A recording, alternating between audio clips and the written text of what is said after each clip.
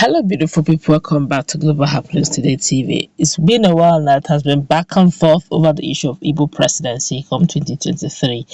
But one thing that comes to mind very quickly, or one that became a shocker, is the fact that Northern Group have decided to lambast the Biafra agitators over their calls, and they are ready to give them back to back. Before we go into the news proper, we'd like you to subscribe to our channel by clicking on the red subscribe button beside it.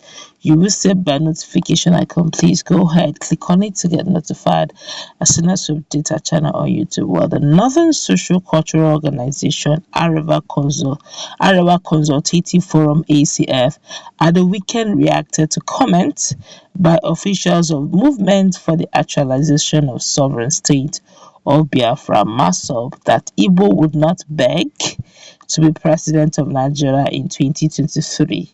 In a swift reaction, ACF spokesman Emmanuel Yahweh said nobody told Southeast politicians to beg, but to lobby and to reach out to stakeholders across the country instead of hurling insults against other Nigerians in a bid to get presidency. The ACF chairman, Chief Audu Ogbe, had penultimate Thursday, December 9, advised Igbos to lobby if they wanted 2023 presidency. The Northern Group wants the Igbo leaders to meet with other regions and join forces rather than hurl insult. However, Yahweh said lobbying in democracy is not begging, adding that if MASSOB feels otherwise, it is their business. According to ACF spokesman, nobody said they should beg for political power. We only said it is better for Southeast politicians to go around the country and hold discussions from their compatriots in order to convince them that it is only fair to allow them to have a shot at the presidency. In a democracy, this is called lobbying, not begging. If MASSOB feels otherwise, it is their business. This is what we are talking about: the freedom to talk and act freely. They are free. This is their country. They are entitled to everything the country can offer. Now, this is quite interesting coming from another group, and it is good to note that way to go, really. They are beginning to give us an idea of how this should be done. I mean, the Southerners as a whole. Just some fortnight ago, Afenifere also, some fraction of Afenifere, not all though, some fraction of Afenifere said they're actually open to Southern, that they're actually insisting that the presidency come 2023 should come to the southern part of Nigeria, but they're also open to Southern presidency, not Southwestern presidency, which means they're also watching in 3D, watching how the Igbo politicians or the Southeasterners generally would, prepare their house and in one voice, in unity of purpose, be able to raise one person, or bring out several persons which they believe can make it happen, and unanimously agree on one person and sell that one person to the whole region, to the whole Nigeria, and say, look, this is what we are, this is the person we're bringing, and this person has what it takes. This is his antecedent. He is one man that will unite.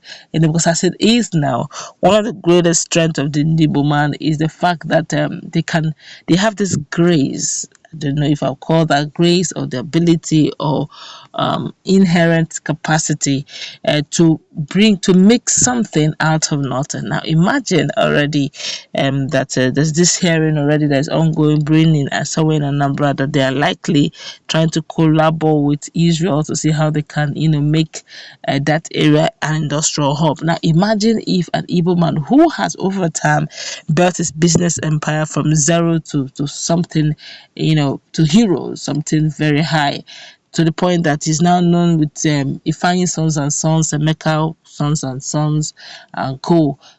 From nothing, from maybe selling of lots of spare parts to becoming a household name. That's to tell you that they have also the capacity to change the Nigerian narrative if given the opportunity, if it's the right person. Because come on, corruption does not have a particular name as a region. Corruption is corruption everywhere. If we begin to by some of these Igbo politicians and the level of corruption they have played in their constituencies, it is you weep.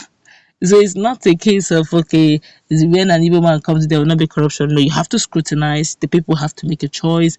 But they're saying in essence is that okay, you guys have the capacity to always bring out something out of nothing.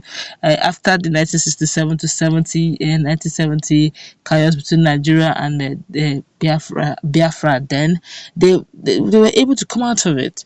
Their region was nothing but gradually, they brought that the slogan Onyanyala one there, and together they grew, and today their name, when it comes to issue of spare part, don't go there. They own it.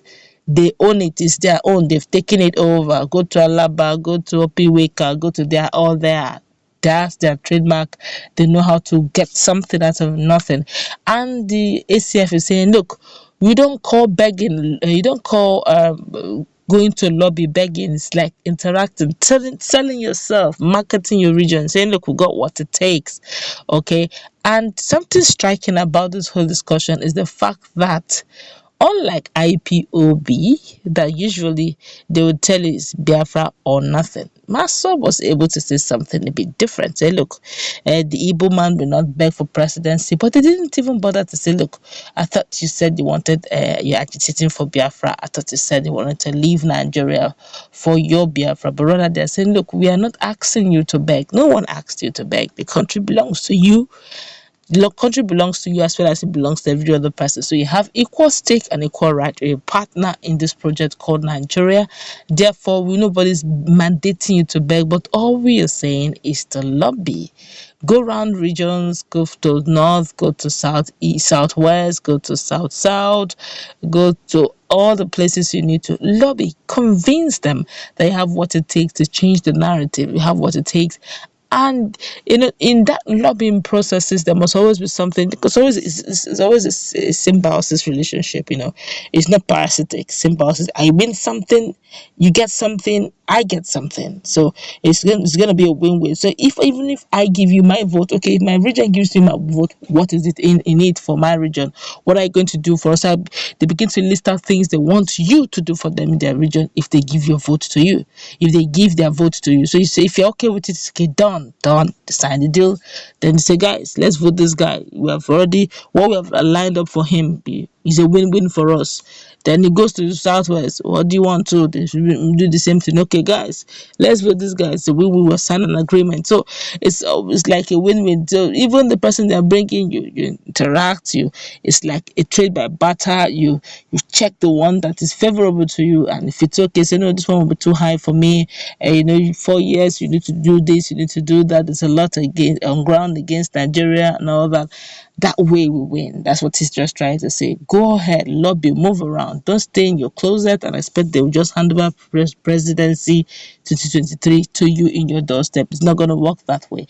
That's where we're going to wrap it up. Let's meet in the comment section. If you have a contrary opinion, let's interact. What's your view?